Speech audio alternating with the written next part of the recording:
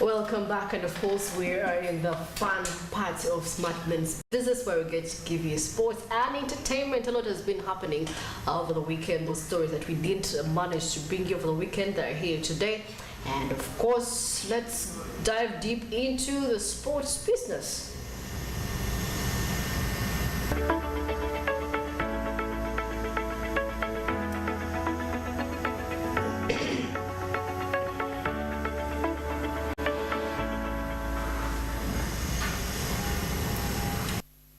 Well, of course, today starting off with Real Madrid, depending on where you come from.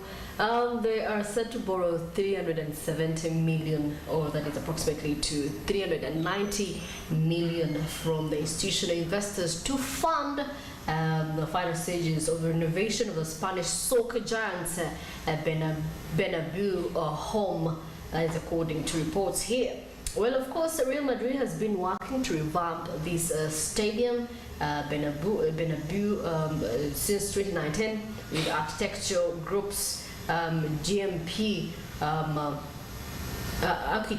architects, and L35 Libas tasked with overseeing the project.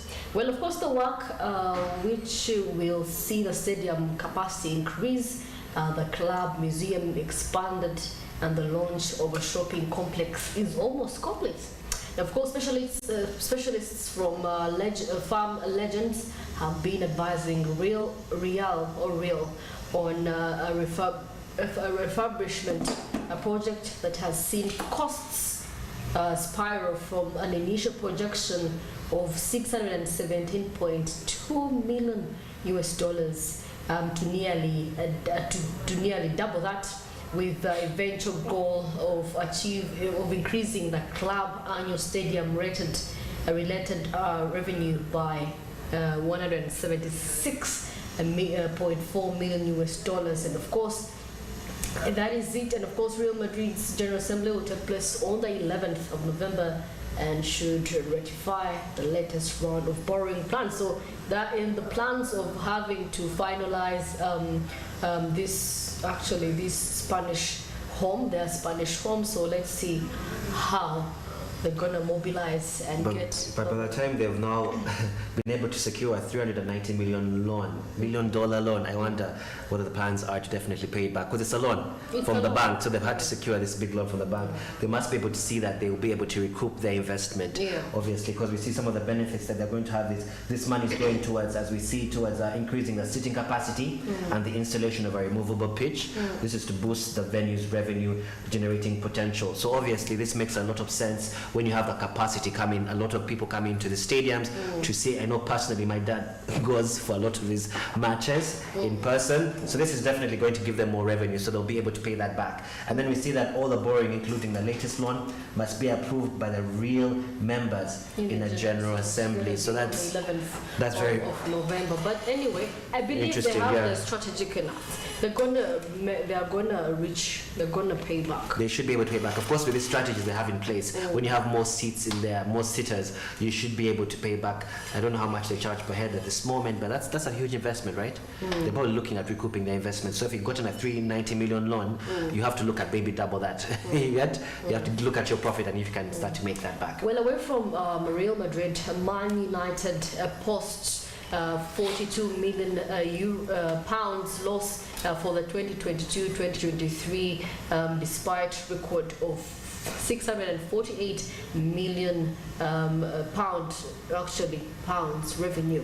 Well, of course, Manchester United has reported a Premier League record revenue figure of 464.3 million pounds. That is approximately to 786 million. So you can see, actually, if you see the euro, if you see the US dollar and the pound, it's not much difference. The dollar is just slightly above, just compared to our currencies, which are so. Yeah, the pound is much stronger than the US dollar, always been. Well, of course, the figure is 11% from the previous year and beats the previous league record set by United in 2019. Actually, they are hoping to sell some stock for Man United in a bid. Yeah. You know these clubs are always in bids. See people buying out some of the shares. So Man United is still. I know, right? We're seeing here that, of course, you see the record set by United in 2019, but the soccer giants have still reported a loss of £42.1 million. But of course, in the buying of yes, there's a loss, right? Different football players in this period, right? So the record earnings come in spite of the fact that they were in the UEFA Europa League rather than the more lucrative UEFA Champions League, which was last season, obviously, right? So the club have also predicted revenue for the 2023-2024 period will be between £650 million and which is about $788 million. Are you seeing the difference in dollar there? And of course, yes, 680 million UK pounds. That's between that because of the projected revenue. Well, I don't know actually, Godwin, if you're a fan of rugby. I'm telling you, people were watching for rugby just because South Africa was playing, like, oh my God, Africa! Yes, Africa. so we saw South Africa was able to do in this period. If you asked them what was happening, no one knew. Just knew as long as we're having an African country representing, we are cheering on. Good, Now, of course, South Africa won the Rugby World Cup 2023, defeating New Zealand. New Zealand actually won last season. South Africa was like, yo, we're getting from 12 to 11 points. Now, South Africa defeated New Zealand 12 to 11 in the Threading Rugby World Cup final last week at Stade de France in Paris, France. Well, the match was a close one. You see, 12 to 11 points. I don't know what they called with both teams playing well. However, South Africa were able to take advantage of New Zealand's early red card to captain Sam Cane. Well, South Africans fly half Andre Poland also played a key role in the victory, kicking all his 10 points. Well, South Africa's victory was their 4th Rugby World Cup title. Wow! Their first being 2007, and they became the first team to win the World Cup back to back. That's amazing. Well, the prize money I'm seeing here walking away cashing $6 million US dollars for the winning the rugby. That's a huge amount for South Africa, right? World Cup 2023, and New Zealand received $3 million for finalizing as runners up. Each of the losing semi-finalists received $1.5 million. This is a very lucrative sport. I should look more into rugby. To participate. I know, because now that I'm looking, I do have a few friends here. Desire Ayara, who's on the national team here, who's a good friend of mine, who's on the rugby team here for Uganda. So it's amazing to see how far we can go. And the team in Uganda doesn't do too badly, doesn't fare too badly on the world stage. But of course, the more we can boast to that. Rugby, we had an interview some time back, and kids are embracing rugby. No, a lot more. I mean, we have so many schools that are known for rugby here. And Namilango, my brother, played rugby growing up, but it's just that most people centered towards football. But rugby is such a lucrative sport. People go to Chad, right? And you know, because most of our parents are like, they're so afraid of us doing rugby because it's such a contact sport. It's a very heavy contact sport. There's so many injuries that come with it. It's very intense, right? I know my friend who went in coma because it's a very huge contact sport at every level, right? So that's why most people are encouraged to do football. However, looking at this money that's coming in, $6 million US dollars for the winning team, and for the runners up getting 1.5 million, I might as well just encourage everyone that I know to get into rugby. Yeah, maybe who knows, we could actually be qualifying next season, right? For the Rugby World Cup. I mean, we're seeing here, of course, South Africa's victory was celebrated by fans all over the world. It was a fitting way to end a great tournament. I'm telling you, everyone was supporting rugby that day. And it showed that South Africa are once again one of the best rugby teams in the world. Keep in mind, we've always known New Zealand as one of the top players. New Zealand has those Samoans.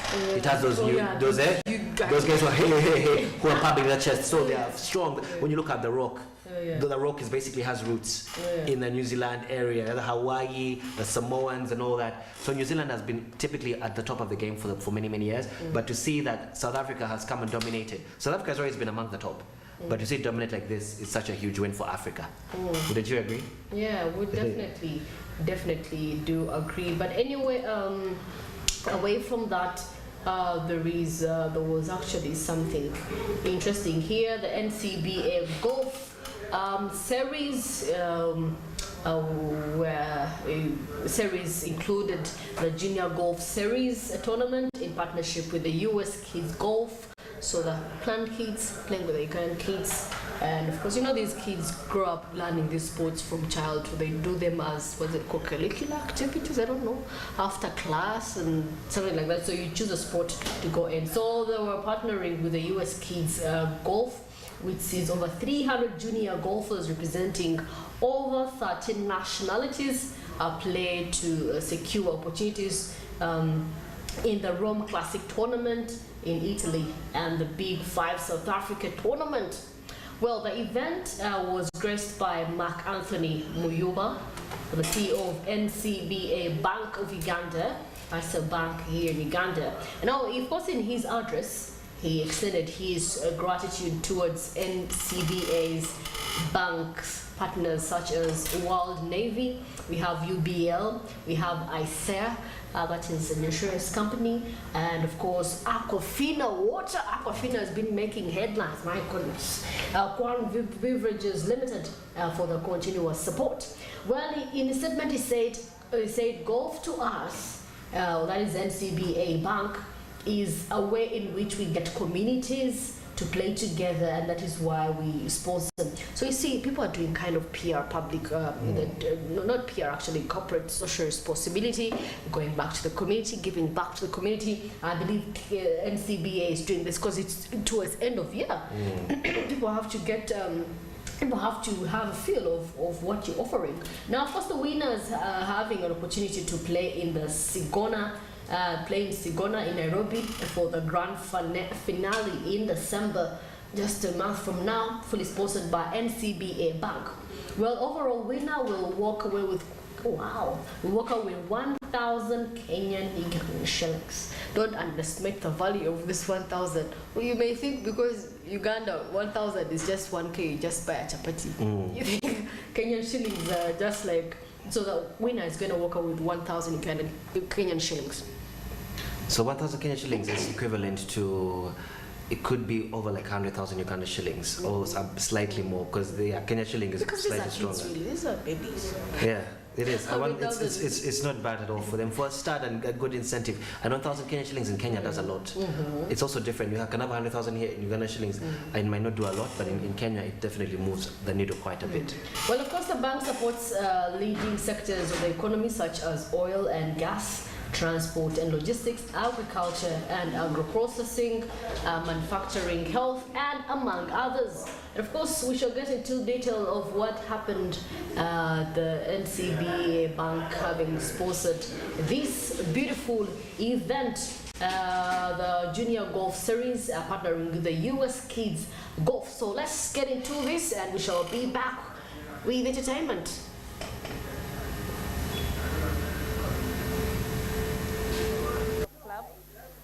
As an overall winner.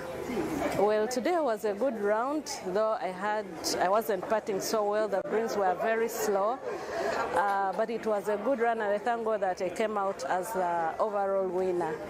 And about my win and the full paid-up trip to Sigona, I am ready to play Sigona. I've ever been to Sigona, so I have an idea of what Sigona is. So I'm ready to play it, and all is well. Yeah, I'll do the best. Was super because, one, because of this format of the yellow ball, which also puts a lot of pressure on the person who is going to play the yellow ball. But generally, yes, I had a mixed round, pars and bogeys and double bogeys, but yeah, it's coming from a long layoff. I've taken quite a while without playing golf, so, but yeah, the experience today was super, and I look forward to the next series. I believe I will improve during the next series. And why we financed or sponsored this tournament is part of a series called NCBA series. NCBA series is a regional series which started from Nairobi, Kenya, and has expanded to Uganda, Tanzania, Rwanda, where we actually have series for golfers in those countries to play the game of golf within the region. And golf to us is a way in which we can actually get communities together to actually play together and find a way of improving on their golf on a daily basis. So that is why we came to sponsor this. No, like I said, it is out of Kenya. Our head office is in Kenya. So I'll give you a background about NCBA. NCBA is the third largest financial institution within the region. We are in Kenya, Uganda, Tanzania, and Rwanda, Cote d'Ivoire, and most recently in Ghana. And we feel that golf is a way in which people can actually come together to actually talk about business, talk about life, talk about the game of golf. The game of golf is a game where people actually come together. So like you have seen today, everything has been sponsored by NCBA. The whole tournament has actually been sponsored by NCBA. And we believe that once all the other countries come together to the final in Sigona. Well, of course, that is it for the lovers or for those that have children who do golf. Please, I do encourage you to take your kids so that they could participate in this very sport, and maybe, who knows, they could walk away with 100,000 Kenyan shillings. It's amazing. We should encourage our kids, and I love that we're bolstering the golf sport here in Uganda. It's something we haven't really typically focused on. As a person who did KKL, believe it or not, I played midfield for Baker's Biscuits and Caltex, and for a lot of things that was for KKL at Rainbow International. But a lot of those skills, they allow that athleticism in children. There's so many kids who are doing sports then who are now big in sports in some way, right? So it's important to encourage our kids to do that. But as we wrap that up, we definitely have that story from the tragic news of the passing of prolific actor Matthew Perry, who was known to have been a huge star in Friends.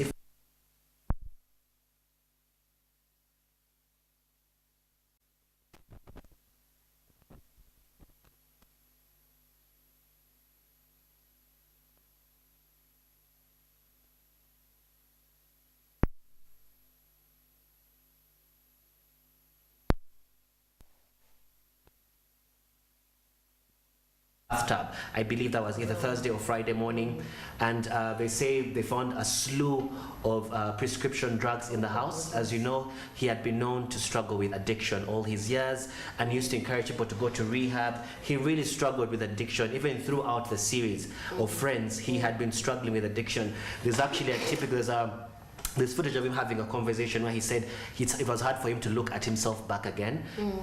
Friends is one of the most popular series of all time. These people were making almost $1 million an episode. It came to that, right? And that's how most of his money was from Friends to this day. But he says looking at himself now, he's able to recognize parts where he was drunk, where he was high. But while he was on air, you guys could not tell.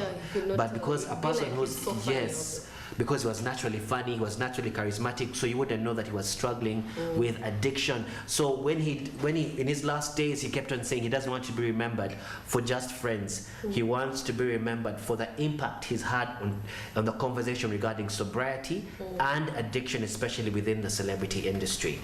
Well, was he sober for those? He had been attending AA meetings, so we're assuming he had been sober. But of course, when you're a struggling addict, it's a day-to-day struggle. Maybe he got depressed and then started doing drugs, and maybe. Of course, here it shows that he started being an alcoholic at the age of 14. Imagine at the age of 14. You must have been a veteran. You must have been a veteran in addictions, drugs, and you know, Matthew Perry was a friend to all, known all over the world as Chandler Bing. For those who know him in the Friends franchise or series, and already seconds away from the Great Wise Crack, and of course a show. Now, of course, he was also an addict. It's on record.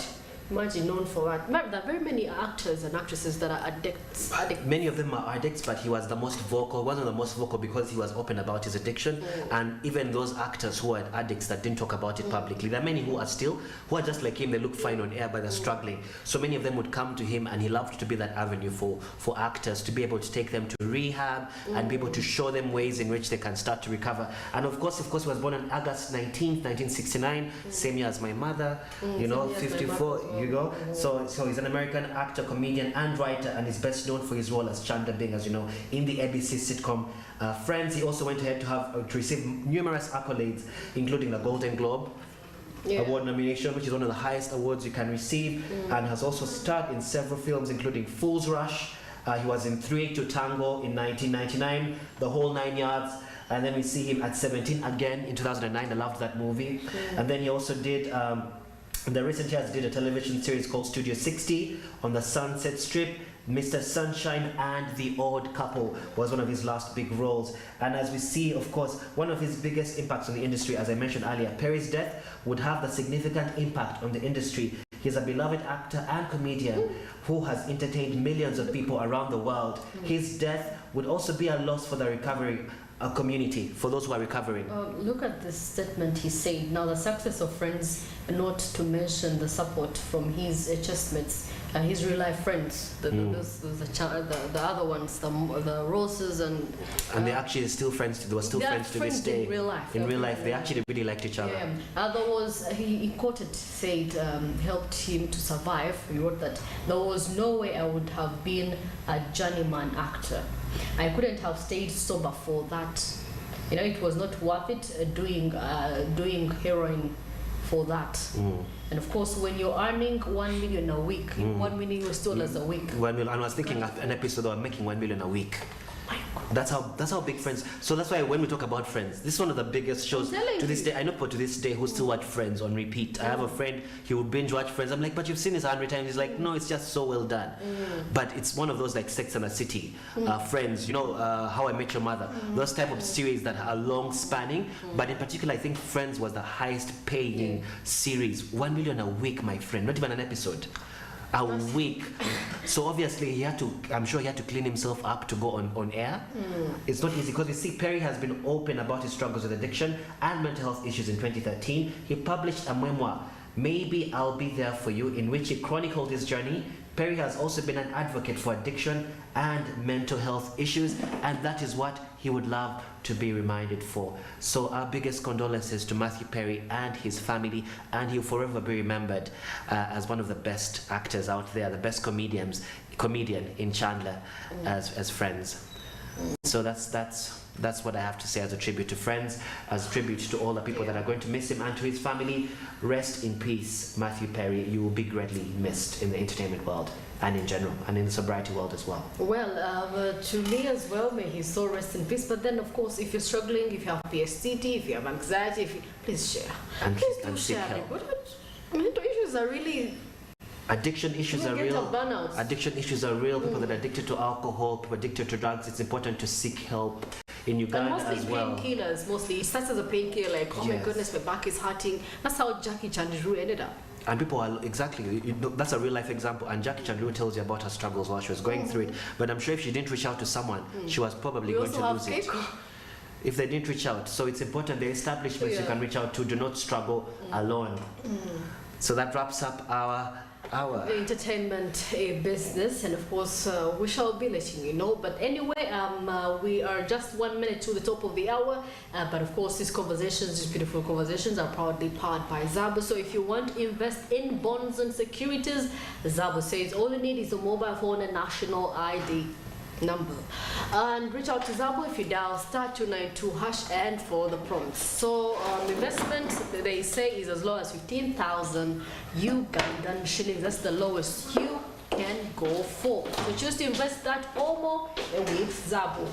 From Monday to Friday, Zabu is fully operational, and yeah, from 8:15 a.m. till 3:15 a.m. since it's just been an hour since Zabu, just almost an hour since Zabu was operational. So definitely, except for public holidays and weekends, Zabu is fully operational. No hassle, all you need is a mobile phone and the number. Zabu says, my money, my future, and powered by all Texas Africa. Well, of course, let's go in for a short commercial break, but coming up, still talks regarding the lifting of visa requirements of Kenya to the rest of African countries.